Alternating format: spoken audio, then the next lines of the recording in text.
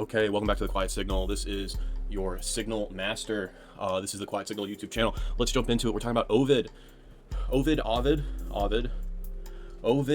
Oh, this is another video. Ovid wasn't exiled for being immoral. He was exiled for revealing how power actually works.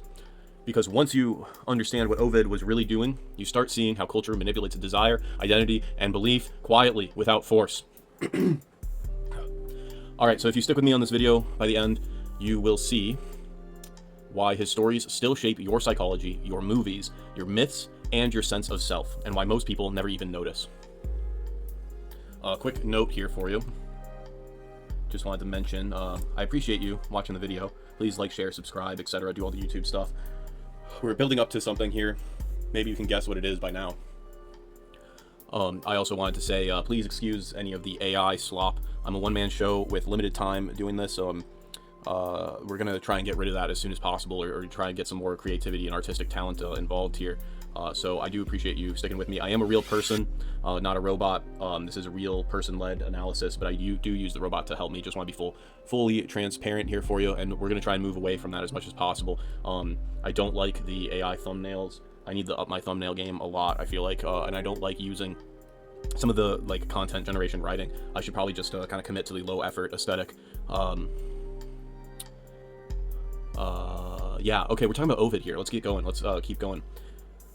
So, as always, let's cut through the noise and listen to the quiet signal. What we're going to do is look at Ovid, not as a romantic poet, not as a myth collector, and not as a playful entertainer, but as a destabilizing force who exposed how identity, desire, and power are constructed, manipulated, and erased. Ovid wasn't punished for writing about sex. He was punished for revealing that everything is a story, and stories control people. Ovid was born in 43 BCE. Holy moly, that's a long time ago. That date matters. That's 1 year after Julius Caesar was murdered. So Rome was not stable at this time. It was traumatized. It was reeling from civil war, assassinations, land seizures, propaganda campaigns, and mass violence. Then we have Augustus emerging. And Augustus does something genius. He doesn't just seize power, he rebrands reality. He tells Rome, we are moral, we are traditional, we are stable, we are ordered, and we're doing all that again. Make Rome great again. He passes laws controlling sex, marriage, childbirth, and inheritance. He criminalizes adultery. Whoa. Whoa. Imagine if that was done today, folks, eh? He rewrites family structure. He returns reproduction into a civic duty. Very fascist, a little fashy, actiony. He doesn't want obedience. He wants internalized obedience.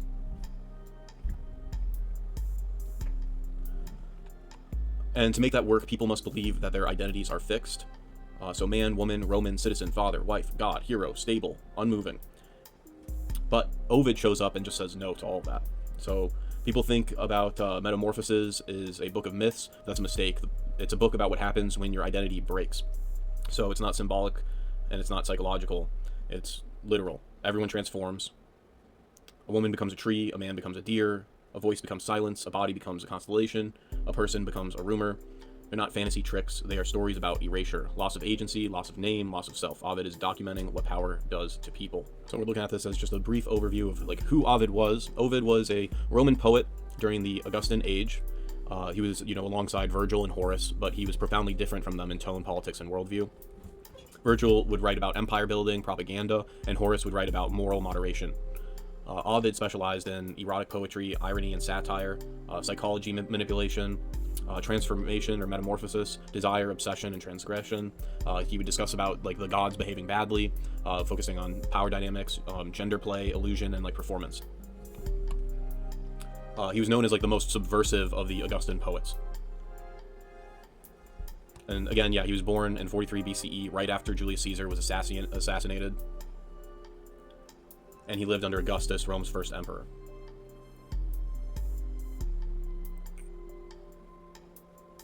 And during that time, Augustus was trying to restore the traditional Roman values. A very authoritarian, revitalizing time of Rome, while Ovid was subversive to that. He was very, very opposed to kind of the time of that culture.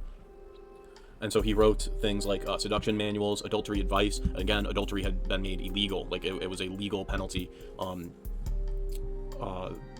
at that point. He would also write about erotic poetry. So this guy is He's the last stand of free speech. You know what I mean? Like, he's a modern day comedian philosopher of the Roman time. He would mock love, and he would write stories about the gods like raping mortals. He would write tales where women could trick men, or would trick men, and the whole idea about like transformations that destabilize reality or identity. And he was tolerated until he was not. He also talks a lot about himself. Like he portrays himself as being charming, witty, socially embedded, elite, well-educated, playful, ironic, emotionally perceptive, very unserious in his tone, but deeply serious in the implication. Right? He's a modern day Dennis Reynolds, using the implication. He was trained in rhetoric and law, but hated it. He says he could not stop writing poetry. So this guy's, he's one of those. You know what I mean? Big poet energy. Unlike Virgil, who would cultivate a grave public persona, Ovid cultivated a persona of a person, like a performative self. Like he was always performing. His major works are Amours, the Loves, forgive the pronunciation, but it was short erotic elegies, and they would parody the Roman love poem tradition while simultaneously indulging in it. Ovid would also present himself as like a helpless lover, but often exposes that helplessness he would use like as a game. Big one is The Art of Love. That's another work of his, which is probably what got him exiled, which is a big deal with Ovid, is that he was exiled. It's kind of like one of the worst things that humans do to each other. Some people like prefer death over being like kicked out of their societies back in history, right? So, The Art of Love is literally a seduction manual. It's 3 books, I believe, and the first 2 are about how men can seduce women, and then the last one is about how women could seduce men. And it's all based off of strategy. It's like the game before the game, He also wrote a work called The Cure for Love, which is like basically a breakup manual, and it's all about how to get over love. In this, Ovid portrays love as an illness to be like medicated, basically. Uses a lot of medical metaphors in that work. Another work he has is Herodiades, which are letters written by famous mythological women to absent or unfaithful lovers. So it's like Penelope to Odysseus. And that was revolutionary. He gave interior voices to women. Kind of a big deal. People used to kind of just think like there's nothing going on up there. Another work is Metamorphoses, which is known as his masterpiece. It's 15 books and over 250 myths, and they're all about transformation. So it's not a single story, it's multiple, and everything in these stories transforms. So humans turn into animals, humans turn into trees, humans turn into stars, gods turn into beasts, bodies turn into landscapes, speech turns into silence, desire into violence. Another work is Fasti, which is a poetic calendar of Roman religious festivals, and was meant to flatter Augustus, but it is incomplete. He never finished it. And there is subversive storytelling used in it. He was probably writing that. I would imagine maybe he was writing that one to try and not get exiled. He does have some exile poetry while he was in his exile. But moving on to his view of the gods, which is pretty critical to him as a figure. Ovid would view the gods as liars, rapists, deceivers, people that like the gods would punish people unfairly, that they're petty and they abuse their power. So he doesn't think very highly of the divine. His literary philosophy is based off of the idea that identity is unstable and desire is irrational, that power corrupts, the body is mutable, stories shape reality, language seduces, memory transforms, and time erodes meaning. His influence is massive, and he's related to figures like he's influenced figures like Dante, Milton, Shakespeare, Kafka. That's basically my quick overview on Ovid. And the whole reason he was exiled wasn't for being strictly immoral, but for revealing how power actually works.